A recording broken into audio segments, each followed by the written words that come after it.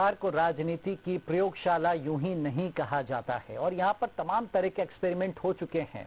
और ये सबसे बड़े मजेदार अब कुछ बिहार में जो हो रहा है वो सबसे ज्यादा दिलचस्प है कि आखिर कैसे नीतीश कुमार ने बीजेपी को मात दी, कैसे एनडीए गठबंधन से खुद को अलग किया और आरजेडी को काफी पहले ज्यादा विधायकों वाली पार्टी का तमगा हासिल करवा लिया। तो क्या बहुत समय से तैयारियां चल रही थी? आखिर वो वजह क्या रही जिसके चलते नीतीश कुमार को इतना बड़ा कदम उठाना पड़ा? वो सुशासन बाबू को उन लोगों के साथ फिर सरकार बनाने जाना पड़ा जिन पर वही भ्रष्टाचार के आरोप लगाते थे, जिस परिवार के खिलाफ राजनीति करके नीतीश कुमार 8 बार सीएम बने। वो आखिर क्यों जा रहे हैं यादव परिवार के साथ? ऐसी क्या मजबूरियां थी? इसी पर हम चर्चा करेंगे। बहुत खास पैनल हमारे साथ चर्चा में जुड़ चुका है। उन सभी मेहमानों का मैं परिचय करवाऊंगा। हमारे साथ में प्रदेश अध्यक्ष सूरज जायसवाल जी जुड़ गए जेडीयू के, बहुत स्वागत है आपका सूरज जी। हमारे साथ में अवनीश भार्गव जी जुड़ गए कांग्रेस की ओर से, आपका स्वागत है अवनीश जी। गुलरेज शेख बीजेपी की ओर से जुड़ गए, आपका स्वागत है गुलरेज जी। और वरिष्ठ पत्रकार राजेश जौहरी हमारे साथ में, आपका भी स्वागत है। पहला कमेंट सूरज जी आपसे ही। तो 2-3 कारण तो मीडिया रिपोर्ट्स में चल रहे हैं, लेकिन आप बेहतर तरीके से बता पाएंगे। कल तक आप भी बीजेपी के साथ थे, आज सुबह तक भी रहे होंगे, तो ये शाम को कैसे बीजेपी के खिलाफ बोल पाएंगे? क्या कारण गिनाएंगे आप कि आज सुशासन बाबू को इतना बड़ा कदम उठाना पड़ा? जी देखिए, मैं सबसे पहले ये बता देना चाहता हूँ कि ये जो हुआ है ये 24 घंटे के अंदर नहीं हुआ। इसकी जो कारण थे वो 2020 के विधानसभा चुनाव है, वैसे उसी वक्त से चालू हो गए। आप लोग अच्छी तरह जानते हैं कि जिस प्रकार से चिराग पासवान को आगे रखे भारतीय जनता पार्टी ने सिर्फ जदयू के प्रत्याशियों के खिलाफ अपने प्रत्याशी खड़ा करके और जिस प्रकार से वोटों का विभाजन करके जदयू को नुकसान पहुंचाने की कोशिश की गई थी और उससे जदयू को नुकसान हुआ। इसके लिए निश्चित तौर पर भारतीय जनता पार्टी दोषी है। और उस वक्त भी जब चुनाव चल रहा था, नीतीश जी ने कहा था कि चिराग पासवान के ऊपर कार्रवाई की जानी चाहिए कि वो कैसे गठबंधन में रहते हुए भी गठबंधन धर्म का पालन नहीं कर रहे हैं। चिराग पासवान के ऊपर कोई कार्रवाई नहीं की थी और पूरे चुनाव के दौरान चिराग पासवान अपने आप को मोदी जी का हनुमान बताते हुए पूरे उन्होंने चुनाव का प्रचार किया। ये परिस्थिति के बाद भी नीतीश जी ने गठबंधन धर्म का पालन करते हुए कड़वे घूम को पीते हुए शांत रहे और उन्होंने जो भी उनकी जो बातें थी उन्होंने, मतलब ये 2020 में आप लोगों ने तय कर लिया था कि 2022 में हम जो है 9 अगस्त को फिर सरकार गिरा देंगे। 2020 में क्या तय हो गया था क्या? हाल में तो ऐसा कुछ नहीं हुआ सूरज जी, जिसकी वजह से हम ये माने कि बिल्कुल गठबंधन तोड़ना आपके लिए जरूरी हो गया था। जी हाल में बहुत कुछ हुआ, बताइए क्या हुआ? ये ऐसे ही हुआ। उसके बाद अरुणाचल का जब विधानसभा चुनाव हुआ और हमारे 7 विधायक जीत के आए और भारतीय जनता पार्टी ने रातों रात, हम उनके गठबंधन के सहभागी थे, हमारे 6 विधायकों को वहां से तोड़ के अपनी पार्टी में सम्मिलित करा दिया। ठीक है। उसके बाद जिस प्रकार से आरसीपी सिंह के माध्यम से भारतीय जनता पार्टी बिहार के अंदर वही खेल खेलना चाह रही थी जो उन्होंने मध्य प्रदेश में किया, जो उन्होंने महाराष्ट्र में किया। हाँ, लेकिन ये यानी आप लोगों को ये डर सताने लगा था नीतीश बाबू को कि कहीं शिवसेना जैसा हाल हमारा ना हो जाए। नहीं वो तो बिल्कुल तय था। और उसके जैसे राष्ट्रीय अध्यक्ष ने हमारे प्रेस पत्रकार वार्ता में इस बात की बताया कि वो सबूतों के सामने आएंगे कि क्यों ये निर्णय लेना पड़ा। और निश्चित तौर पर जिस प्रकार से भारतीय जनता पार्टी लोकतंत्र की हत्या कर रही थी और लोकतंत्र में जब वोटों के माध्यम से नहीं जीत रही थी तो जीतते हुए प्रत्याशियों को खरीद के जिस प्रकार से भारत में लोकतंत्र का मजाक उड़ाया जा रहा था, ये एक बहुत दुखद समय है। और भारतीय जनता पार्टी जो चुनाव हारने के बाद सत्ता की खातिर जीते हुए प्रत्याशियों को खरीद कर अपनी सरकार बना रही है, ये बहुत दुखद है। और ऐसे में निश्चित तौर पर जनता दल यू का साथ छोड़ना तय था और यही खेल वो बिहार में खेलना चाहते। और हमारी पार्टी के जो जयचंद थे आरसीपी से, जो जिनको उन्होंने अपने केंद्रीय मंत्रिमंडल में लिया, समय रहते उनकी हरकतें उजागर हो गई और नीतीश जी ने बिहार हित में ये निर्णय किया। ये एक तो सूरज जी को क्या ऑडियो रिपीट जरा उसको चेक कर लें। दूसरा सूरज जी, मैंने तमाम कारण आपने जो गिनाए मान लिए, लेकिन आरजेडी के साथ जाना ये कितना बढ़िया फैसला था, कितना उचित फैसला था, ये मैं आपसे पूछूंगा। लेकिन पहले जरा गुलरेज जी की पार्टी पे जो आरोप आपने लगाया उसका जवाब हम ले लेते हैं। गुलरेज जी, तो मतलब ये कैसा गठबंधन भाई कि दूसरे राज्यों में आप उनके विधायक खरीद लें, उनकी पार्टी को कमजोर करने की कोशिश करें, उनकी पार्टी में तोड़फोड़ मचा दें और आप सोच रहे हैं कि वो साहब नीतीश बाबू सब चुपचाप देखते रहें और बिहार में सरकार चलवाते रहें। गुलरेज जी। 2017 में यही नीतीश बाबू थे जिन्होंने कहा था, यही इनके एग्जैक्ट शब्द थे, अंतर आत्मा की आवाज पर मैंने यह समझा कि मेरे जैसे व्यक्ति के लिए इस सरकार का चलाना संभव नहीं है। 2017 में जब इसी लालू प्रसाद यादव परिवार के साथ ये सरकार से हट रहे थे, तब इन्होंने अंतर आत्मा की आवाज का हवाला दिया था। और आज इन्होंने कहा कि हमारे विधायक और हमारे नेता चाहते हैं, इसलिए हम एनडीए से बाहर निकल रहे हैं। तो यूं ही नहीं इनको पलटू चाचा नाम मिला है। अब जो भी ये कर रहे हैं ये जनादेश के खिलाफ है।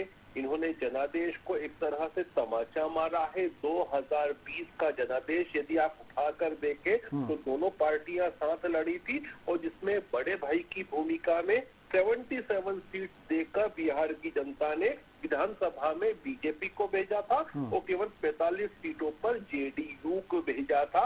उसके बावजूद भी ये इस प्रकार के कृत्य कर रहे हैं। क्या लालसा है, क्या महत्वाकांक्षा है, ये अभी मुझे समझ में नहीं आ रहा, क्योंकि इनको हमने फ्री हैंड दिया, इनको हमने सब कुछ दिया, सब कार्य करने दिए, इनको इम्पोर्टेंट पोर्टफोलियो इनको दिए, इनको मुख्यमंत्री की भी पोस्ट दी हमने, इनको हमने गृह मंत्री की पोस्ट भी दी। तो सब कुछ देने के बाद भी यदि कोई व्यक्ति इस प्रकार का काम करता है तो उसको हरजाई ही कहा जाएगा।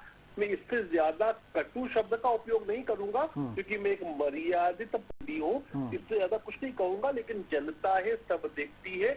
नहीं, गुलरेज जी जो आरोप वो लगा रहे हैं कि भाई आप चुपचाप इनकी जड़ों में मट्ठा डाल रहे थे, इनके नेता तोड़ के ले जा रहे थे, उदाहरण उन्होंने दिए। नहीं, आप देखिए, कुछ तो कारण देने ही पड़ते हैं यदि आप कुछ करते हैं इस प्रकार का। नहीं तो ये कोई कमजोर कारण थोड़ी ना है कि आप एक तरफ से आप इनकी हालत शिवसेना जैसी कर देते।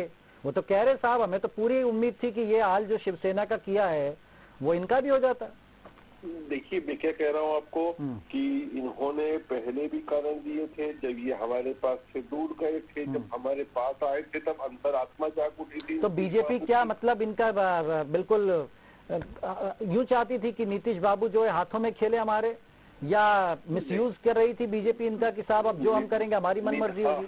हम चाहते थे कि नीतीश बाबू बिहार का उत्थान करें, बिहार के लिए कार्य करें। इसलिए फ्री हैंड दिया था, पूरी इज्जत दी थी, पूरा सहयोग दिया था इनके साथ। इसके बावजूद भी इनकी क्या महत्वाकांक्षा में समझ नहीं। महत्वाकांक्षा में बताऊंगा आपको अभी थोड़ी देर बाद। अवनीश भार्गव जी क्या कमेंट ले लेते हैं। अवनीश जी, भाई कल शाम तक तो या परसों तक तो वो तिरंगा यात्रा निकाल रहे थे बीजेपी केंद्र के आह्वान पर, हाँ वो तिरंगा घर घर तिरंगा तमाम बातें, और आज अब आपको नीतीश बाबू अच्छे लग रहे होंगे, सुशासन नजर आएगा अब आपको बिहार में, नहीं मिलकर सरकार बनाने वाले हैं। परसों तक जो नीतीश बाबू खराब लग रहे थे अब वो अच्छे लगने लगे हैं। तो ये कैसे अब अपने बयानों को आप चेंजेस कर पाएंगे? ये वही नीतीश बाबू जो 17 में आप लोगों की सरकार जो महागठबंधन की थी उसको लात मार के और आ गए थे वापस से एनडीए के साथ में, तो अब आज कैसे अपना बयानों का, पुराने बयानों का डैमेज कंट्रोल करेंगे अवनीश जी?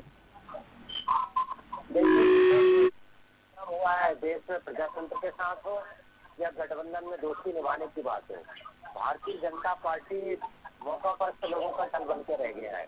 इन्होंने ही पूरे देश की राजनीति को, भारत के प्रजातंत्र को तार करने का काम भारतीय जनता पार्टी ने किया। खासतौर से अमित शाह जी की बात करें, अमित शाह ने जिस तरीके से देश में वातावरण किया है चाहे महाराष्ट्र को लेके हो, गोवा को लेके हो, अरुणाचल प्रदेश को लेके हो, बिहार को लेके हो, मध्य प्रदेश को लेके हो, तो मैं कह सकता हूँ कि भारतीय जनता पार्टी ने और इनमें पूरी नैतिकता की बात, गठबंधन धर्म की बात हो, कहीं भी ठीक तरीके से नहीं निभाई।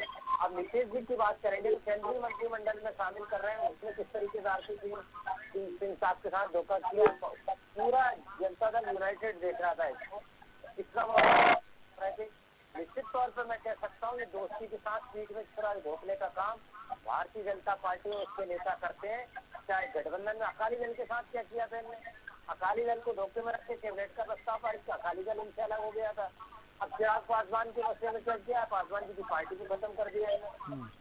हर जगह देखेंगे, महाराष्ट्र में क्या किया इन्होंने शिवसेना के साथ, वो आप देख ही रहे हैं, पहले शिवसेना साथ में थी, अलग हुई, शिवसेना का ही कर दिया।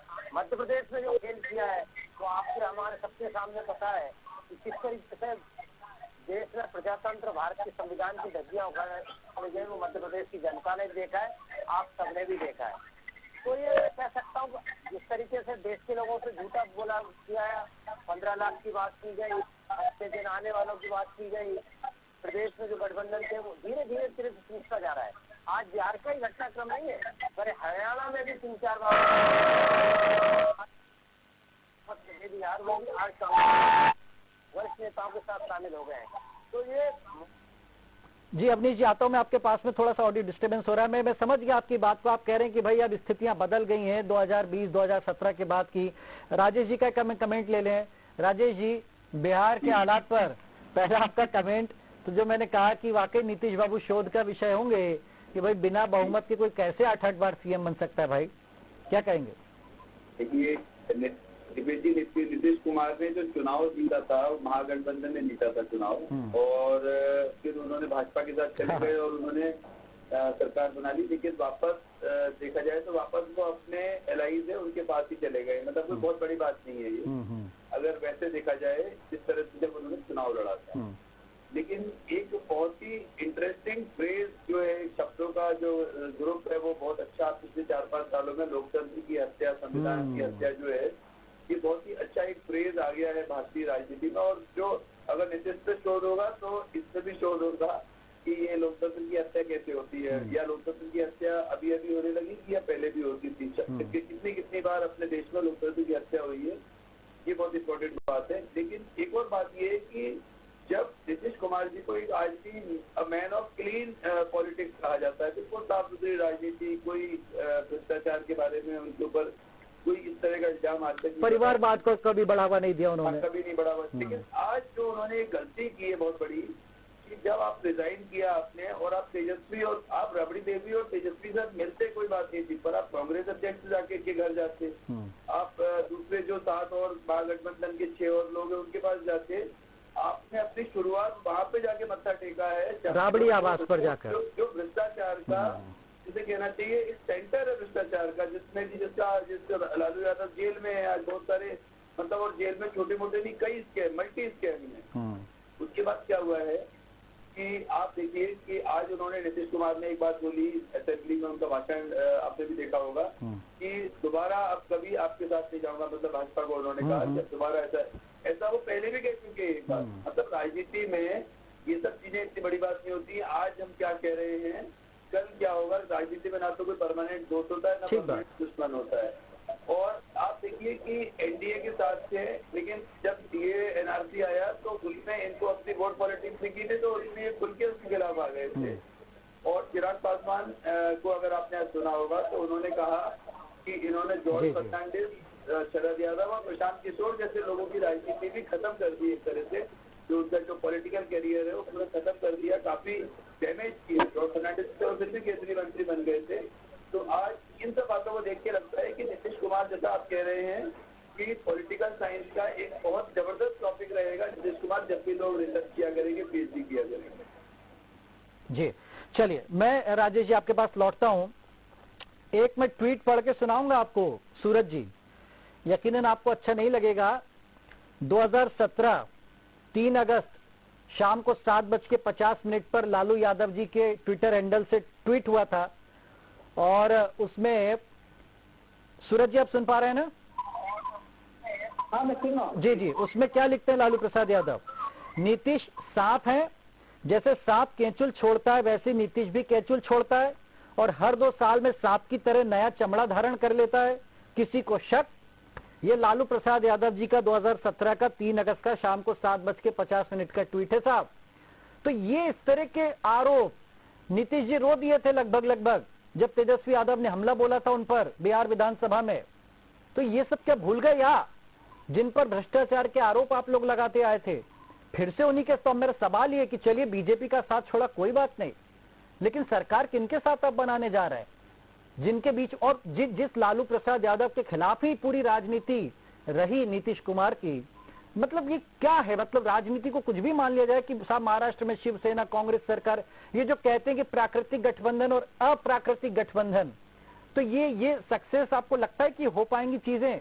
एक बार फिर से आप उन्हीं लोगों के साथ जा रहे हैं। आज राबड़ी आवास पहुंचे सबसे पहले और मीडिया में क्या खबरें चल रही थी कि गृह मंत्री बनना चाहते तेजस्वी यादव, यानी पहले कुछ ना कुछ इस्तीफा उन्हें डिमांड पहले से, डील पहले से, शर्तें पहले से।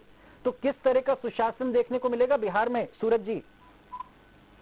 देखिए, सबसे पहली बात तो मैं आपको बता दूं कि किसी प्रकार का कोई भी सवाल नहीं है और राजद की तरफ से किसी प्रकार की बात नहीं की गई। ये मीडिया की अपनी क्रिएट की गई बात है कि उन्हें गृह मंत्रालय मांगा है, कुछ भी नहीं है। सच बात तो ये है कि ये घटना क्यों घटी। ये पूरी तरह भारतीय जनता पार्टी अगर अपने गठबंधन धर्म का पालन करती तो शायद ये बात नहीं होती। नहीं, ये आपने पिछले जवाब में बता दिया कि क्यों तोड़ा हमने, लेकिन हम कह रहे हैं नया गठबंधन किसके साथ बना रहे हैं आप जी? आप भारतीय जनता पार्टी की बात कर रहे हैं, किस भारतीय जनता पार्टी की बात कर रहे हैं? एक भारतीय जनता पार्टी थी अटल बिहारी वाजपेयी की पार्टी, ठीक है, जिससे पूरी तरह एनडीए उस भाजपा से, माफ कीजिए सूरज जी, उस भाजपा से आप 2013 में संपर्क तोड़ चुके थे। आप 2020 में जिस भाजपा 2017 में जिस भाजपा के साथ आए वो मोदी वाली भाजपा थी सूरज जी। जो अटल जी वाली भाजपा की उम्मीद आप कर रहे हैं वो 2013 में आप छोड़ चुके थे। मैं आपको वही बताना चाहता हूँ कि अब भाजपा अटल बिहारी वाजपेयी की भाजपा नहीं रही जो जनमत में विश्वास करती हो। आज जो भाजपा है वो आ जाएंगे, सरकार में हो जाएंगे शामिल। तो मतलब क्या कांग्रेस अब इतनी बची है महाराष्ट्र, यूपी, बिहार जैसे बड़े स्टेट में? अवनीश जी।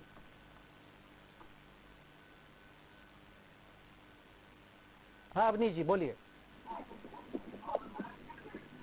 जी अवनीश जी, आप सुन पा रहे हैं मुझे? अवनीश जी, आपको ऑडियो आ रहा है मेरा? चलिए राजेश जी, एक लास्ट कमेंट। तो ये कांग्रेस ठीक है क्या? वही स्थिति है कि चलिए जो मिला वही सही, भाग से भूत की लंगोटी सही है, मतलब वही है क्या मामला कि महाराष्ट्र में भी चली, जब तक सत्ता सुख मिला ले ली, कम से कम कहने तो गए हमारे साथ वहां सरकार बन रही है? या कांग्रेस को यहाँ पर एक अलग स्टैंड रखना चाहिए था? नहीं, या फिर वो उन सब चीजों से बहुत ऊपर उठ गई, उन्होंने कहा तीसरा चौथा नंबर मिल जाए वही बहुत है? राजेश जी क्या कहेंगे? जी, सबसे बड़ी बात तो ये जो लोकतंत्र की हत्या वाला मामला है ना, इस पर आप लोग जरूर पूछा करिए कि लोकतंत्र की हत्या आपको कैसे लग रही है। मतलब जब सब चीजें संविधान के हिसाब से हो रही है, संविधान में जो सिस्टम दिया गया है सरकार बदलने का, दल बदल में इतने % ज्यादा हो जाएंगे तो उसको दल बदल की मान्यता मिल जाएगी उनको। और ऐसे में अच्छा, और जो अभी डॉक्टर हितेश वाजपेयी ने बहुत सही सवाल उठाया कि तेजस्वी को आपने कितने में खरीदा। आप किसी और पे जब एक उंगली उठाते हैं तो 3 उंगली आपकी तरफ भी उठती है। तो इसलिए बात खरीद फरोख्त की होती नहीं है। और खरीद फरोख्त का बोल के जब जनता सुन रही है आज दीपेश जी, जनता क्या सोचेगी आप बताएं? आप लोग, ये नेता सिर्फ बिकते हैं और हम लोग इनके लिए जबरन परेशान होते हैं, लाइनों में लगते हैं, वोट देते हैं और ये बिक जाते हैं। तो जनता के मन में जो निराशा आएगी, जनता के मन में जो हताशा आएगी, जनता के मन में जो अविश्वास पैदा होगा, वो देश के लिए ठीक नहीं होगा, वो लोकतंत्र के लिए ठीक नहीं होगा।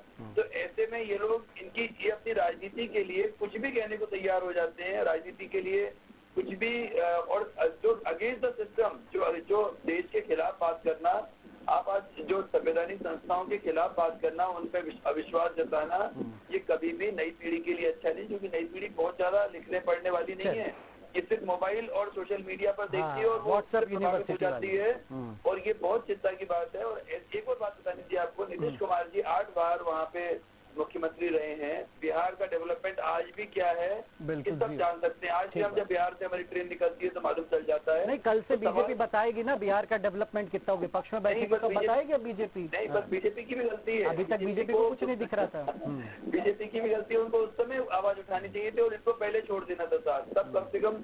लेकिन ये आज डेवलपमेंट के नाम पे आप कुछ भी डेवलपमेंट और गरीबी हटाने के नाम पे राजनीति करते हैं, ना डेवलपमेंट होता है ना गरीबी हटती है और जनता बेवकूफ बन जाती है। तो इससे हमको मतलब इससे नेताओं को बचना चाहिए। लालू जी की पार्टी को 75 सीटें जिताती बिहार की जनता, कैसी बात करें हम डॉक्टर साहब। तो हितेश जी एक छोटा सा कमेंट, प्रधानमंत्री पद की तरफ एक कदम है ये नीतीश बाबू का, क्या कहेंगे? 2024 की तैयारी तो नहीं लग रही आपको? नहीं, मुझे लगता है नीतीश जी का कुछ नहीं, अति महत्वाकांक्षी और थोड़ी सी आसक्ति उनको क्रिएट हो गई है। पर मैं केवल इतना कहना चाहता हूँ, वो तीसरे स्तर पर हैं और चौथे और पांचवें जल्दी हो जाएंगे। कोई बात नहीं, राजनीतिक परिस्थितियां बिहार की ऐसी है कि फ्रैक्चर्ड मैंडेट है, तो हमारे लिए बहुत अच्छा है कि हम 1.5 साल, जैसा जौहरी जी ने कहा है, जो कमियां हैं जो बाकी रह गई हैं, हम उसकी बहुत कोई स्कोप भी नहीं है अभी वहाँ पर, तोड़ फोड़ का कोई स्कोप भी नहीं बचा अभी, तो बहुत नहीं, हमारी रुचि भी नहीं थी। नहीं तो देखिए क्या था, आपने रुचि तो महाराष्ट्र में भी नहीं थी। बिहार, चलिए आप बता दीजिए बिहार में हमने क्या कोई प्रयास किया? कहीं पर भी आपको महसूस हुआ कि नीतीश जी से कोई बात करने गया हो या कोई? तो आप खुद चाह रहे थे क्या कि वो चले जाएं? भाई रोकने की कोशिश होना चाहिए थी, रोकने की कोशिश होना, आप उनकी शिकायतें नाराजगी दूर करते। दीपेश जी, मैं आपको और एक जानकारी दे दूं, ये जो आज जो हुआ है इसकी पटकथा 6 महीने साल भर से लिखी जा रही थी। आज की बात नहीं, सब आप लोग भी जानते हैं। और इसीलिए हमारी रुचि नहीं थी भाई कितना बार बार जाएंगे। अच्छा, फ्रैक्चर्ड मैंडेट है, रोज आप लोग हमसे खड़े होकर पूछेंगे कि साहब आपने कितने में ले दिए, कितना, हमको बताना नहीं मुख्यमंत्री, उनको छोड़ना नहीं है, तो चूल्हे में जाए, आप लोग क्या करना। चलिए साहब, शुक्रिया आपका डॉक्टर साहब, राजेश जी, सूरज जी आपका शुक्रिया और अवनीश जी का भी हम शुक्रिया अदा करते हैं। तो कुल मिलाकर के बिहार की स्थिति में बीजेपी जो है विपक्ष में बैठने के लिए तैयार हो चुकी, कुछ करने की स्थिति में बीजेपी है नहीं, क्योंकि वहां पर जो बहुमत से जो आंकड़ा बहुत ज्यादा है महागठबंधन के पास में, इसीलिए बीजेपी ने कहा ठीक है अब कोई बात नहीं 2025 में मिला जाएगा, लेकिन उसके पहले 24 आना है और 24 में क्या होगा इस पर रहेंगी नजरें सबसे ज्यादा, क्योंकि राजनीतिक पंडित यही मानकर चल रहे हैं कि नीतीश बाबू सीएम तो बहुत रह लिए, अब कहीं मन में पीएम बनने का ख्वाब तो नहीं जागा है, रहेंगी इस पर नजरें। फिलहाल बिग डिबेट में इतने, आप देखते रहिए डीएनए न्यूज। नमस्कार। 2017 के नीतीश कुमार के भाषण उठा के देखिए अवनीश जी, आपको पता चलेगा किसने आरोप लगाए थे। भाषण तो आप ज्योतिराज सिंधिया के भी सुन लें। हाँ, शिवराज सिंह के आप सुनवाते ही हैं, आप सुनवाते ही हैं। सुनवाए खूत में रंगे पड़े हुए खून में, वो भ्रष्टाचारी पार्टी भारतीय जनता पार्टी ज्योतिराज सिंधिया कह रहे हैं। इनके आधे नेता जो 100-125 जो सांसद है वो तो कांग्रेस पार्टी से गए, उनके पहले के बयान देख लें, मध्य प्रदेश के ही देख लें, होशंगाबाद के विधायक और अन्य विधायक ने क्या बोला है इस तरीके कर सकते।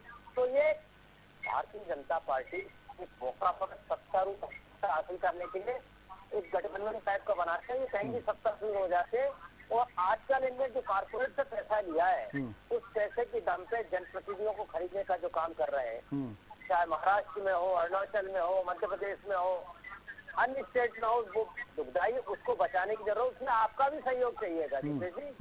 आप भी आवाज उठा सके, खुल के बात रख सके, आप भी दबाव में बात नहीं करें। ऐसे कई मीडिया घराने, स्वतंत्र पत्रकार, इन सब की बात चल रही है। आप देख रहे हैं चैनल पे आना लोगों ने बंद कर दिया, अच्छे जो पत्रकार थे, संपादक थे, यूट्यूब चैनल अपने चला रहे हैं। अरे आप गलत दिशा में अवनीश जी, वहाँ पर डिबेट में लौट आइए। मीडिया का कहाँ, आप मीडिया का सारा भाई 125 साल पुरानी पार्टी को क्या मीडिया की दरकार है क्या? मैं बताना चाह रहा हूँ, देश में प्रजातंत्र खतरे में और भारत के नागरिकों को एक इस तरीके से पेश किया जा रहा है, ये दाता की भूमिका में। ठीक है, डॉक्टर हितेश वाजपेयी जी हमारे साथ जुड़ गए, बीजेपी के मुखर प्रखर प्रवक्ता। डॉक्टर साहब स्वागत है। हमारे साथ में सूरज जायसवाल जी जुड़े, जेडीयू के प्रदेश अध्यक्ष अवनीश भार्गव जी जुड़े, कांग्रेस प्रवक्ता वरिष्ठ पत्रकार राजेश जौहरी जी हैं। तो डॉक्टर साहब, ये बिहार में आप लोगों ने जेडीयू की जड़ें कमजोर कर दी, उनकी पार्टी तोड़ने की आप लोग कोशिश कर रहे थे। अरुणाचल में आप 6-6, 7-7 विधायक अपने दल में मिला लेते हैं और फिर आप सोच रहे थे कि साहब नीतीश बाबू चुपचाप आपके साथ सरकार चलाते रहें। अब वो सरकार तोड़ दिए, आरजेडी के साथ चले गए, तो आप इसे जनादेश का अपमान बता रहे हैं, क्या कहेंगे डॉक्टर साहब? नहीं, हमारा तो बहुत कहना, पहले तो मैं अवनीश भाई के साथ मेरी संवेदनाएं हैं, क्योंकि अवनीश भाई को जिला पंचायत चुनाव में दिग्विजय सिंह जी ने चोट दे दी जबरदस्त, पचौरी जी के आदमी है ये, तो थोड़े से आहत हैं, इसीलिए आप पर भी शक कर रहे थे कि आप पता नहीं कितना उनका साथ दे पाओगे नहीं दे पाओगे। तो कोई बात नहीं, कांग्रेस में अभी क्या आपसी सरपुटम्बल का टाइम है। दूसरी बात, कांग्रेस तो वहाँ न 3 में है न 13 में है, तो बहुत किनारे पड़ी हुई है। बिहार, उत्तर प्रदेश, इन सब जगह पे कांग्रेस, पश्चिम बंगाल सब गायब है, मतलब सब कोई लेना देना। तीसरी बात, नीतीश कुमार जी 2013 में, 17 में और फिर अब 22 में, तीनों बार आपने देखा होगा, एक बार बीजेपी का साथ छोड़ते, एक बार आरजेडी के साथ जाते, फिर आरजेडी का छोड़ते, फिर बीजेपी के पास आते, फिर बीजेपी का छोड़ के फिर आरजेडी के पास जा रहे हैं। चौथी बात, बिहार का मेरे को तो समझ में नहीं आ रहा है कि बिहार की अवनति जो हुई है और उन्नति जो हुई है उसका जिम्मेदार कौन है, क्योंकि ये तो सभी दल अच्छे हो गए। नीतीश जी को क्या मुख्यमंत्री बने रहना है बस, उनके पता नहीं ऑब्सेशन होता है ना बुढ़ापे में कि कुर्सी ना जाए, बाकी सब चला जाए। अच्छा, जनाधार जाते जा रहा है, आपने देखा आधी सीटें भी नहीं आती उनकी जितनी हम लड़ते हैं उससे। गठबंधन जरूर करते हैं लेकिन सीटें नहीं आती हैं, तो ये जोड़ तोड़ का चतुष्कोणी उसमें करने की कोशिश करते हैं। तो स्वाभाविक है इसमें भी वो क्या चाहते हैं कि मुख्यमंत्री वही बने रहे। तो जैसा आपने महाराष्ट्र में नहीं देखा उद्धव ठाकरे को कि वो मुख्यमंत्री की कुर्सी की आसक्ति इतनी है दीपेश जी कि वो उनको ये सब करने में मजबूर करती है। हमको क्या, आज हमारे 18 राज्यों में सरकार है साहब, तो ठीक है 2 साल की बात है, 1.5 साल की, भाई लोग देखेंगे आपकी इनकम मिलती है। आपको पता है जब तेजस्वी जैसे व्यक्ति गृह मंत्री बनकर घूमेंगे तो क्या करेंगे आप बताओ। पिताजी उनके कुछ इस उम्र में सजा याफ्ता है, जेल में उनकी जिंदगी कट रही है, वहीं से वो बिस्तर पे जाते इलाज कराए, अच्छा लगता है क्या ये सब? तो ये तो खानदान का और उन पार्टियों का रवैया है। उनके साथ वो मिल के, आप सोचे उनके घर गए नीतीश जी आज, मतलब तेजस्वी के घर वो गए, काय के लिए गए? सत्ता के लिए। लालू यादव, ऐसा कहा जाता है, भारत के इतिहास के पहले कन्विक्टेड राजनेता हैं, जबरदस्त। तो स्वाभाविक है कि जिनको सुप्रीम कोर्ट ने, अदालतों ने ये बोला कि ये अब चुनाव ही नहीं लड़ेंगे, आपको पता है ना दीपेश जी ये बात? जी जी। तो आप सोचिए उनके साथ एक गठबंधन करने जा रहे हैं जो बिहार की नहीं बल्कि लोकतंत्र के निर्वाचित प्रतिनिधियों का सीखने की में विश्वास करती है। और जो बिहार में आज घटनाक्रम हुआ है उसके पीछे भाजपा का जो नया चरित्र बिहार के सामने, पूरे देश के सामने आया है, उसका ये परिणाम है। और जब मैंने आपकी सब बात मान ली, साहब कि बीजेपी ने धोखा किया, बीजेपी ने आपके विधायक तोड़े, सब बात मान ली, लेकिन आप जा किसके साथ रहे? क्या सत्ता का इतना मोह है नीतीश बाबू को कि सीएम बने रहना है तो अब हम कुछ भी करेंगे? जी मेरी बात सुन लीजिए। जब राष्ट्रीय अध्यक्ष जाके भारतीय जनता पार्टी का वहाँ बिहार में कहता है कि हमारा लक्ष्य छोटे जो स्थानीय दल है उनको खत्म कर देने का है, तब आप क्या निर्णय करेंगे? ये बात चुप गई आपको? तब आप क्या निर्णय करेंगे? मतलब जो व्यक्ति हमारे साथ रह रहा है, जिसको हम देख रहे हैं, जो हमारे विधायकों को तोड़ रहा है, जिसको हम देख रहे हैं कि हमारे व्यक्ति के माध्यम से वो पार्टी के विधायकों को बिहार में खत्म कर देना चाहता है, जिसकी हमारे पास रिकॉर्डिंग है। अब मैं आपसे पूछता हूँ एक सवाल साहब, ठीक है, चलिए आरजेडी के साथ भी गए, कोई बात नहीं। आप ये बताइए, क्या नीतीश बाबू की नजर पीएम पद पर है 2024 में? क्या इसी की तैयारी करने के लिए एक जनमानस बना रहे हैं, वो कांग्रेस के साथ भी मिल रहे हैं? हाँ, नीतीश जी का एक ही लक्ष्य है, वो है बिहार का विकास। अच्छा, और एक ही लक्ष्य है राष्ट्रीय स्तर। क्या वो देश का विकास नहीं करना चाहेंगे सूरज जी? देश का विकास मैं पूछ रहा हूँ, देश का विकास नहीं करना चाहेंगे क्या नीतीश बाबू? ये तो देश की जनता तय करेगी और भविष्य तय करेगी। नहीं, तय तो नीतीश कुमार जी को करना है कि क्या वो पीएम कैंडिडेट बनना चाहेंगे? अभी ऐसी कोई भी बात के सामने नहीं आई है। अरे ये साहब ये जो बातें होती है इन पे बहुत पहले से काम शुरू हो जाता है। हाँ। हमारे नेता के अंदर सभी खूबियां हैं। जो राष्ट्रीय नेता के अंदर होनी चाहिए। अच्छा, ये राष्ट्रीय नेता में जो खूबी होना चाहिए, तो ये गुलरेज जी आप क्या सुन रहे हैं? चलिए अवनीश जी, तो कहीं ऐसा ना हो आप लोग राहुल गांधी जी को प्रधानमंत्री बनते देखना चाहते हैं और नीतीश बाबू 2024 में दावेदारी ठोक दें? बात कर रहा हूँ मैं, खूबियों की बात कर रहा हूँ। इस देश की जनता तय करेगी। ठीक है। और सबसे बड़ी बात, आज हमें ये देखना है कि इस देश का लोकतंत्र कैसे बचेगा।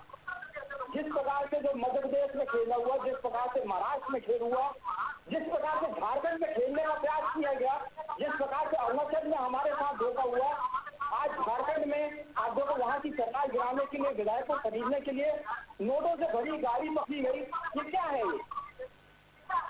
ये किस स्तर पर हम जाना चाह रहे हैं? सूरज जी, नीतीश बाबू ने जिनको भ्रष्टाचारी कहा, क्या उनके साथ सरकार बनाने से लोकतंत्र बचेगा? लोकतंत्र को खत्म कर देने वालों से वो लोग ज्यादा बेहतर हैं जो भ्रष्टाचार करते रहे। की रक्षा करना ज्यादा वाह, जरूरी है। यानी भ्रष्टाचारी होना ज्यादा बड़ा गुनाह नहीं है। भ्रष्टाचारी इससे देश को क्या जरूरत है? लोकतंत्र को बचाने की जरूरत है।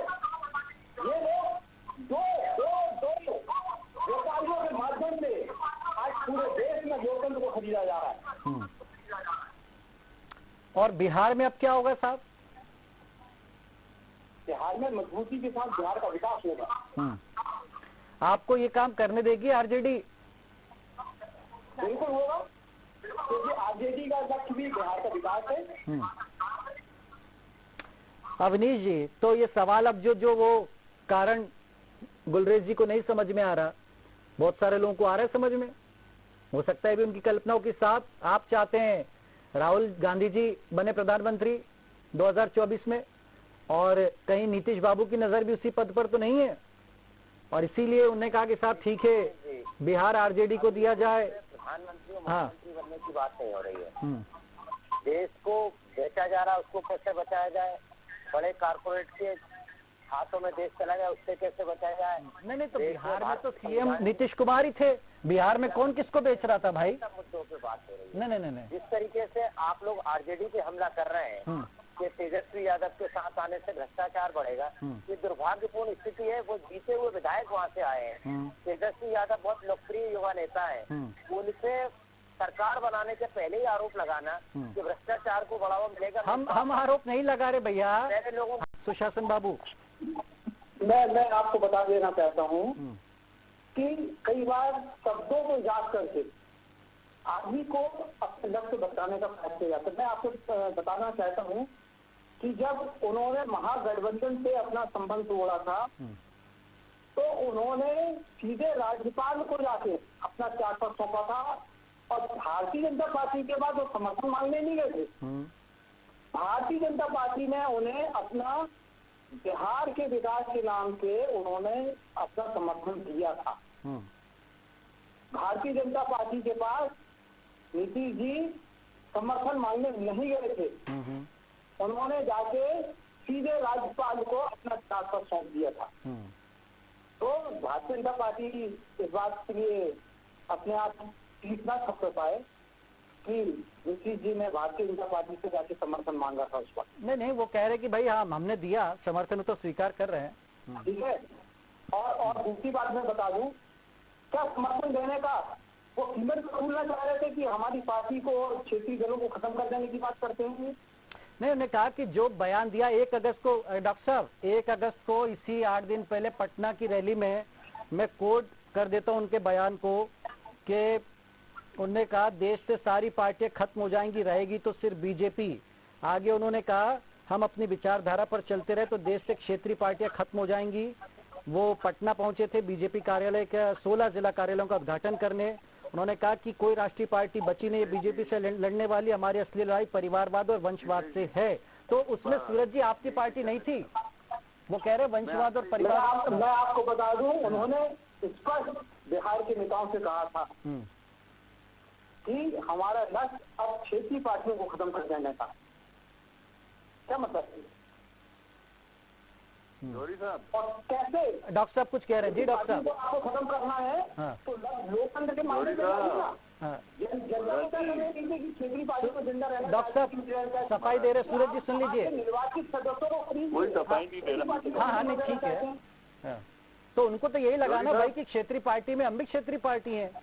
जौहरी साहब नहीं ये सूरज जी ने बोला, जेडी वाले जी। अच्छा सूरज जी देखिए मैं अपनी बात को दोहरा रहा हूँ।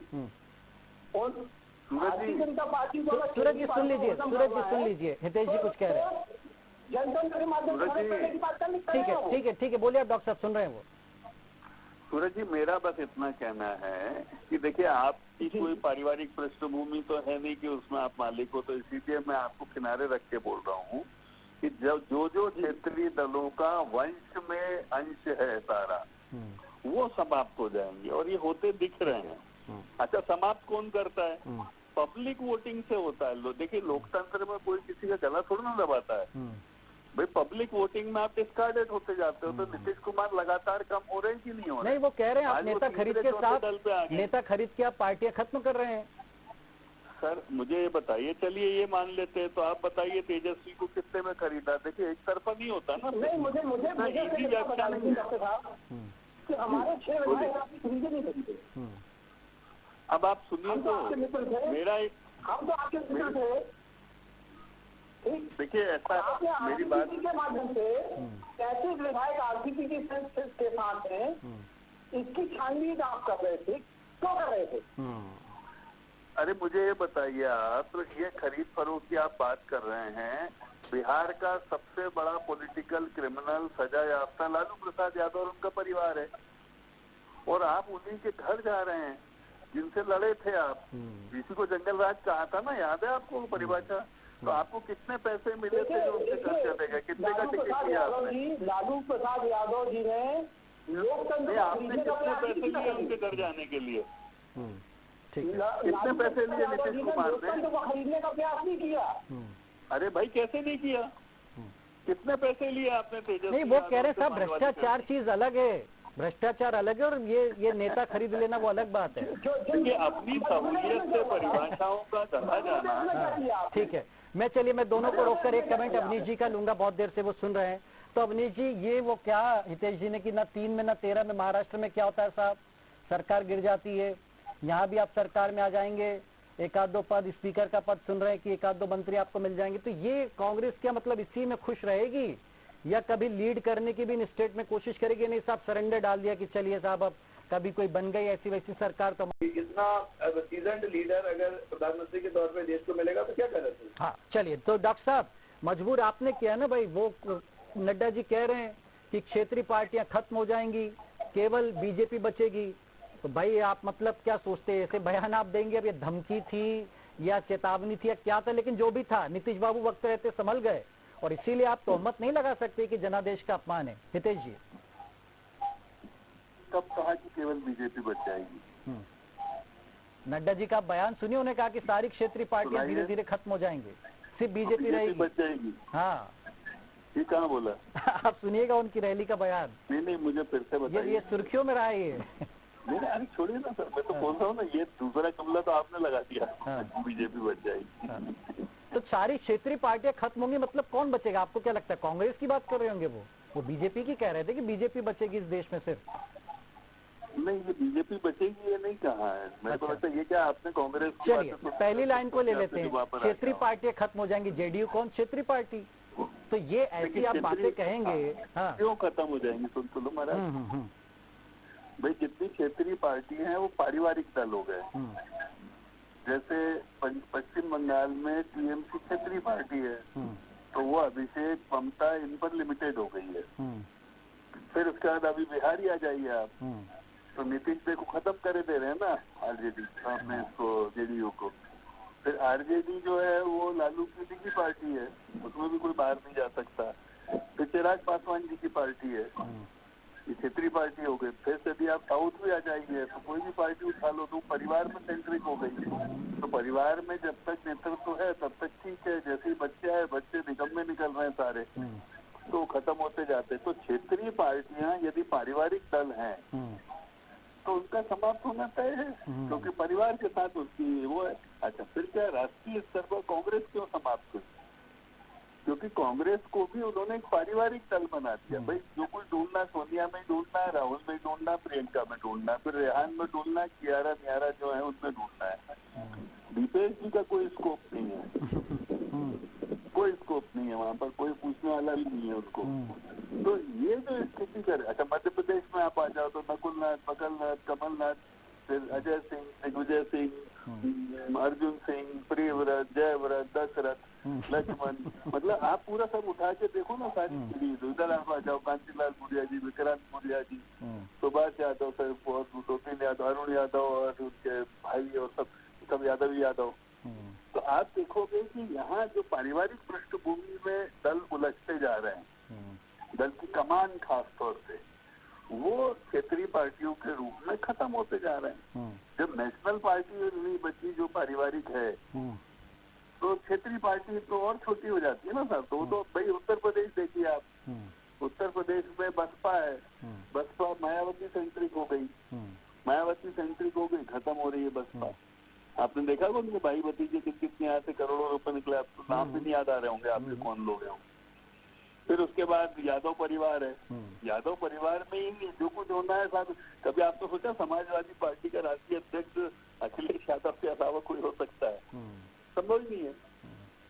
यादव ही उसमें बदल सकते हैं। लेकिन जेडीयू के साथ तो ऐसा नहीं था ना, वो तो अपने कभी परिवार या वंश को आगे बढ़ाने की बात नहीं करते राजनीति में। यही तो मैंने आपको कहा ना, तो इसलिए वो नीतीश जी किसी को बनने ही नहीं दे रहे ना भाई। लेकिन सीएम पद पर तो आपकी नजर थी ना सर। वो ये कहते हैं साहब मैं तीसरी पार्टी बनूं, चौथी बनूं, मैं जुगाड़ कर लूंगा, बनूंगा नहीं। बनाते भी आप ही लोग हैं, बनाते भी तो आप ही लोग हैं ना, साथ दे करके। हाँ सहमत हूँ ना मैं, क्योंकि हमको मेजोरिटी नहीं मिलती, तो मेजोरिटी नहीं मिलती तो उसका लाभ उठाते हैं। और 3 बार यू टर्न मार चुके हैं तीनों टर्म में, और 3 बार बन लिए मुख्यमंत्री। आनंद करने दीजिए, लेकिन इसको सब देखते हैं ना वहाँ पे। भाई जो कुछ हो रहा है वो वहाँ की राजनीतिक परिस्थिति में हो रहा है, इसको पब्लिक भी देखती है। हमने पब्लिक को धोखा देने की कोशिश नहीं करी। ठीक है, ये पॉइंट सूरज जी बिल्कुल। चलिए मैं सूरज जी से इसी पॉइंट पर, देखिए सूरज जी, बीजेपी ने इस तरह से तो कोई नहीं स्टैंड लिया कि कभी आपसे गठबंधन तोड़ा हो। आप ही लोग साहब 13 में तोड़ देते कि साहब मोदी जी का मैं विरोध करता हूँ, मैं नहीं जाऊंगा मोदी जी वाली बीजेपी के साथ, अलग हो गए। फिर क्या होता है 17 में फिर आ जाते कि साहब मैं भ्रष्टाचारियों के साथ नहीं रह सकता, मैं तो बीजेपी यही मेरा सच्चा दोस्त है। फिर आपको 22 में लगता है अचानक से कि नहीं साहब हमारी पार्टी ही खत्म कर दे रहे हैं। तो ये जो पलटू राम का तमगा तो खैर वो तेजस्वी बाबू ने दिया था, पलटू चाचा बोले थे, तो ये पलटू चाचा का दाग धो पाएंगे क्या? बर्बादी के जिम्मेदार रहे, तो स्वाभाविक है कि करने दीजिए। देखिए नहीं, लेकिन सर वो यही तो कह रहे हैं कि मजबूर हमें किया बीजेपी ने, वो यही तो कह रहे हैं कि बीजेपी ने हमें मजबूर किया। देखिए ये वो कह रहे हैं, लेकिन है क्या उनकी जो अति महत्वाकांक्षा है और हाथ में कुछ नहीं है, उसमें उनके पास कितनी सीटें हैं आप बताइए? नहीं, केंद्र में आप साहब केंद्रीय मंत्री आप बनाते नहीं, फिर आप कहते गठबंधन है। आरसीपी सिंह वो कह रहे गद्दारी कर रहे थे हमारे साथ में, आपके हाथों में खेल रहे थे आरसीपी सिंह। फिर वो कह रहे हैं अरुणाचल में हमारे 6 विधायक आपने तोड़ के अपने दल में मिला लिए, गठबंधन धर्म आपने नहीं निभाया। डॉक्टर साहब दीपेश जी, सबसे ज्यादा बड़े दल कौन से हैं? वहाँ 2 दल है, एक भारतीय जनता पार्टी पहले स्थान पर और दूसरे स्थान पर तेजस्वी यादव आरजेडी। अब सोचो इन दोनों को मुख्यमंत्री नहीं बनने देना चाहते। नहीं तो ये तो उनका स्टाइल है साहब, ये तो वो मैं कह रहा था, आप प्रोग्राम में नहीं जुड़े थे। मैंने कहा भविष्य में शोध होगा नीतीश कुमार जी पर कि कोई कैसे बिना पूर्ण बहुमत के 8-8 बार सीएम बन जाते हैं। तीसरे दल है वो, बहुमत तो छोड़ो, आप सोचो तीसरे दल बन के बने रहना चाह रहे 20 साल से, और हर बार उनकी। नहीं तो आप क्या उनकी कुर्सी हिला रहे थे क्या? नहीं, हम कुछ नहीं कर रहे थे, तो जनता करती है साहब। देखो तीसरे स्थान पे जनता ने रखा, हमने क्या कर दिया और खत्म हो जाएंगे अगली बार।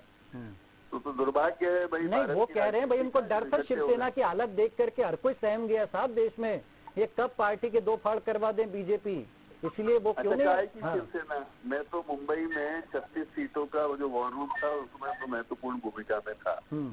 आखिरी दम तक ये स्थिति थी दीपेश जी कि हमको शिवसेना के साथ लड़ना है कि नहीं लड़ना, और हमारे सीनियर नेता अमित शाह जी जैसे लोगों ने ये तय किया कि नहीं साहब हम 25-20 साल से उनके साथ चल रहे हैं, तो हम अपनी तरफ से कोई ऐसी चीज नहीं करेंगे। ठीक है।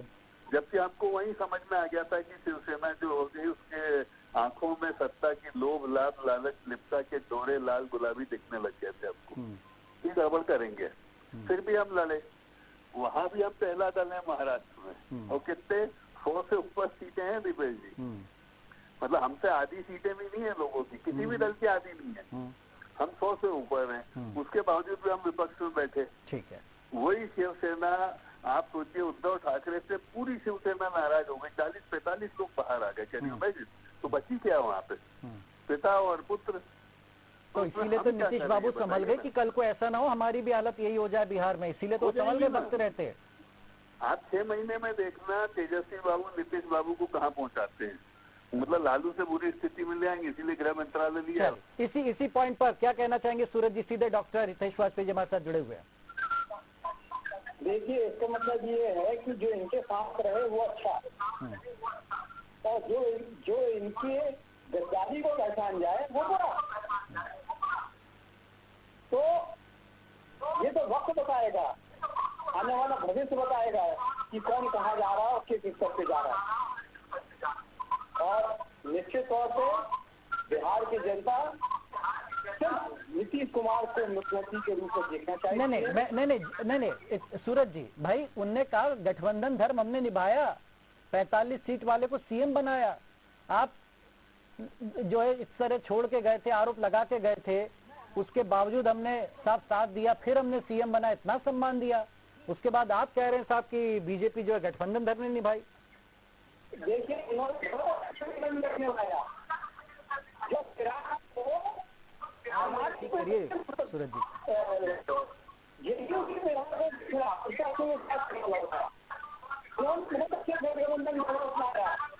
हमारे विधायकों को छोड़ के अपनी पार्टी में मिलाया, इन्होंने बहुत अच्छा गठबंधन धर्म निभा रहे थे। ठीक है सूरज जी, आपका शायद लाउड स्पीकर वहाँ मोबाइल का खुला हुआ, उसको थोड़ा सा बंद कर दीजिए तो फिर आपकी आवाज जो प्रॉपर आएगी। मैं तब तक राजेश जोरी जी का कमेंट ले लूं। राजेश जी, क्या नहीं मालूम होगा नीतीश बाबू को कि मेरे लिए जेडीयू आरजेडी के संग सरकार चलाना कितना मुश्किल होगा? इतना सब होने के बावजूद देखिए, कहते ना भाई कि मरता क्या ना करता, पार्टी छिन जाए, 2 फाड़ हो जाए, कल को कोई और दावेदारी ठोक दे, इससे तो ये अच्छा है कि कम से कम सीएम तो बने रहेंगे, भले ही तेजस्वी यादव गृह मंत्री बन जाए, उप मुख्यमंत्री बन जाए, कुछ बन जाए। तो ये नीतीश बाबू का सही कदम या गलत कदम? देखिए दीपेश जी, ऐसा है कि अभी ये जैसे ही सरकार अपनी इनकी बन जाती है, गवर्नर अगर इनको बुला लेते हैं और ये अपना फ्लोर पे साबित कर देते हैं, तो फिर जो इनके जो टूटने वाले लोग रहेंगे वो नहीं टूटेंगे। ये तो कंफर्म हो जाएगा कि फिर उनको समझ में आ जाएगा कि ये ज्यादा बड़े खिलाड़ी है और इससे बाहर कोई नहीं जाएगा। तो वो खतरा, वो तो सबसे पहले अपना घर तो बचाना पड़ेगा ना। देखिए दूसरी बात ये, सूरज जायसवाल जी ने एक बहुत तारीफ करी कि बीजेपी जो अटल जी का जो एरा थी, अटल जी का जो युग था बहुत अच्छा था। तो अटल जी का युग अच्छा होता तो 1 वोट से नहीं हारते वो, अगर अच्छा होता तो। और ऐसे मतलब इतना अच्छा आदमी जिसको पूरी दुनिया जिसकी तारीफ करती है, वो 1 वोट से उसकी सरकार गिर गई। जिसको अगर वो नेता कितने भी अच्छे थे पर राजनेता या राजनीति वाले गुण उनमें नहीं थे, वो इसलिए वो सरकार नहीं बचा पाए। तो कोई भी पार्टी नहीं चाहेगी कि इस तरह की पॉलिटिक्स करे आज के समय में, जब जिस तरह का काम हो रहा है। और एक बात और थी कि आज वो मोदी की सरकार, मोदी की युग चल रहा है जिसमें कि बिना मेजोरिटी के गोवा में उन्होंने सरकार बना ली है ना। अब आप देखिए कि भार्गव जी जो है हमारे बहुत सीनियर लीडर हैं, अवनीश भार्गव जी, अब इनकी मजबूरी या इनकी या जितने भी कांग्रेस के नेता हैं उन सब भाई साहब भैया लोगों की मजबूरी समझिए आप कि अब अचानक आपको ये नीतीश कुमार के फेवर में बोलना पड़ेगा। कल तक भले कुछ भी बोलना था, नीतीश कुमार के फेवर में बोलना पड़ेगा। और कई बार समझ में नहीं आता है कि ऐसी स्थितियों में, ऐसा भाजपा के साथ भी कई बार हुआ है कि क्या बोलना है और क्या नहीं बोलना है। फिर एक बात और है, लोकतंत्र की हत्या की बात हो रही है। तो कोई भी आज देखिए किसान आंदोलन हुआ, सीए एनआरसी का इतना बड़ा आंदोलन हुआ, महीनों आंदोलन चले, खूब मोदी मर जा, और पार्लियामेंट पे अपने लाल किले पे जिसे कहना चाहिए एक तरह का हमला ही मानेंगे उससे, वो तक हो गया। और उसके बाद भी ना कोई बड़ा कोई गोली चलने की घटना हुई कि 100 आदमी मर जाए या 50 आदमी मर जाए।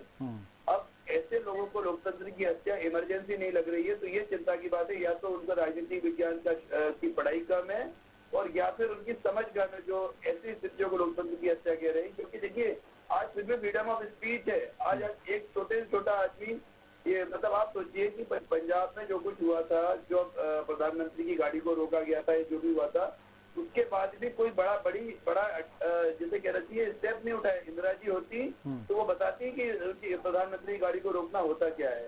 तो ऐसे में जो है लोकतंत्र की हत्या ऐसी छोटी छोटी बातों को नहीं कहना चाहिए। राजनीति में कोई नहीं, लेकिन नहीं राजेश जी भाई, जो हो रहा था भाई, शिवसेना का जो हाल हुआ, बस कौन नहीं डरे। अच्छा, नड्डा जी का ये क्या बयान, अब वो कह रहे हैं ना कि भाई वो बोल रहे बीजेपी रहेगी, क्षेत्रीय पार्टियां खत्म हो जाएंगी, तो भाई अपने अस्तित्व की लड़ाई तो हर कोई लड़ेगा। नड्डा जी ने ये बात गलत की। वही तो नीतीश कुमार जी यहाँ सही थे। उसको समझ में आया कि अगर मैंने सरकार नहीं बचाई, अपनी भाजपा से पीछे छुड़ा के, और सरकार नहीं बचाई, तो ऐसा ना हो कि शिवसेना जैसा हाल हो जाए। तो वहाँ नीतीश कुमार बिल्कुल सही थे। और नीतीश कुमार, लेकिन उनके लिए बहुत बड़ा चैलेंज है। अभी तेजस्वी यादव बहुत कम उम्र के हैं, उनके पास एक्सपीरियंस की भी कमी है, और उनके आपने बयान कई बार अपन सुनते रहते हैं, बहुत सारे सोशल मीडिया पे वायरल होते रहते हैं। ऐसे नेता को आप गृह मंत्री और मुख्यमंत्री बनाएंगे तब आपको पता चलेगा कि क्या होता है सरकार चलाना। एक जो कि उसको कंट्रोल कैसे करेंगे आप। मैं एक सवाल और आपसे पूछता हूँ राजेश जी, कि क्या नीतीश बाबू की नजर, बिहार में तो देखिए बहुत साल राज कर लिया भाई, 8 बार सीएम रह लिए, क्या उनकी नजर बड़ी कुर्सी पर है? नहीं, एक बात है, नीतीश कुमार जी के बारे में अभी नहीं, पहले भी 2-3 बार ऐसा आ चुका है कि प्रधानमंत्री बनना चाहिए उन्हें। और देखिए एक बात है, बिहार में कोई पहला प्रधानमंत्री थोड़ी देना है अगर वो बनते हैं प्रधानमंत्री। तो बिहार तो पॉलिटिक्स का वो लेबोरेटरी है जहाँ से बड़े बड़े नेता बने हैं, चाहे स्वाधीनता आंदोलन हो, चाहे डॉक्टर राजेंद्र प्रसाद हो, चाहे और बड़े बड़े लीडर्स हुए वहाँ से, जॉर्ज फर्नांडिस हुए, तो और अपने लोहिया साहब हुए हैं। तो इतने बड़े बड़े लोग हुए हैं, तो कोई बड़ी बात नहीं कि नीतीश कुमार जी कल को नेशनल जो एरिना है, जो राष्ट्रीय स्टेज है, उस पर छा जाए। और हो सकता है राजनीति में कोई भी असंभव नहीं होता है कुछ भी, कब कौन कहाँ साथ आ जाए और कब किस कुर्सी पे कौन पहुंच जाए, ये कोई बड़ी बात नहीं। क्योंकि देखिए, हमने जो देवगौड़ा जी जब प्रधानमंत्री बने थे, किसी ने नाम भी नहीं सुना था। नीतीश कुमार का नाम तो हर आदमी ने सुना हुआ है। तो इसलिए ये कोई बहुत बड़ी बात नहीं कि कल को वो प्रधानमंत्री की कुर्सी तक पहुंच जाए, क्योंकि नहीं, संभावना अलग चीज। मैं कह रहा हूँ कि इस तरह की डील तो नहीं हुई है, क्योंकि देखिए मीटिंगें बहुत समय से चल रही थी। आज विपक्ष के पास चेहरे के नाम पर कौन है? अरविंद केजरीवाल या ममता बनर्जी या शरद पवार या राहुल गांधी, सबकी स्थितियां देख ली गई हैं। अब नीतीश बाबू, क्या हो सकता है कि उनको ये सपना दिखाया गया हो कि हर दल आपके साथ खड़ा होगा, आपके पीछे खड़ा होगा? हाँ, देखिए बीजेपी का बहुत जबरदस्त अल्टरनेटिव चाहिए विपक्ष को, और उससे नीतीश कुमार काफी हद तक ममता बनर्जी से भी ज्यादा पावरफुल दिख रहे हैं। क्योंकि इनकी जो राजनीतिक समाज, जो इनका जो एक तो सबसे बड़ी बात ये है, उनकी परिस्थिति ऐसी नहीं है कि कुछ भी कहीं भाषण दे देना, बहुत सोच समझ के बात करते हैं। तो ऐसे में ये हो सकता है कि इनके साथ कुछ डील हुई हो, और अगर और उस डील पे अगर हुई भी हो तो कुछ गलत नहीं है। देखिए